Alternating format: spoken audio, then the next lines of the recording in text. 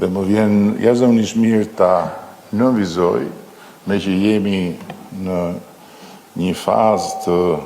historisë sonë kur fjala korrupsion është si ato këpucët e modës, që po nuk e nxori njeriu nga goja duket sikur nuk është në modë, që pikërisht në këtë sektor kjo fjalë ka marrë një përgjigje të vazhdueshme, sistematike dhe nuk ka një kompani të vetme, serioze, që ka marrë pjesë në këto gara që të ketë shprehur një rezervë sado të vogël lidhur me integritetin e garave dhe me proceset e stabilizuara dhe të konsoliduara në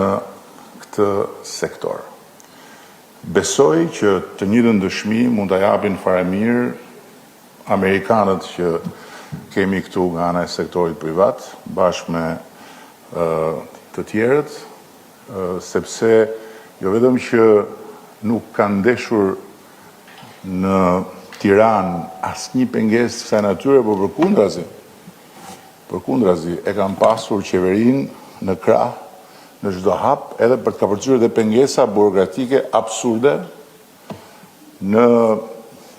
nivelin vendor.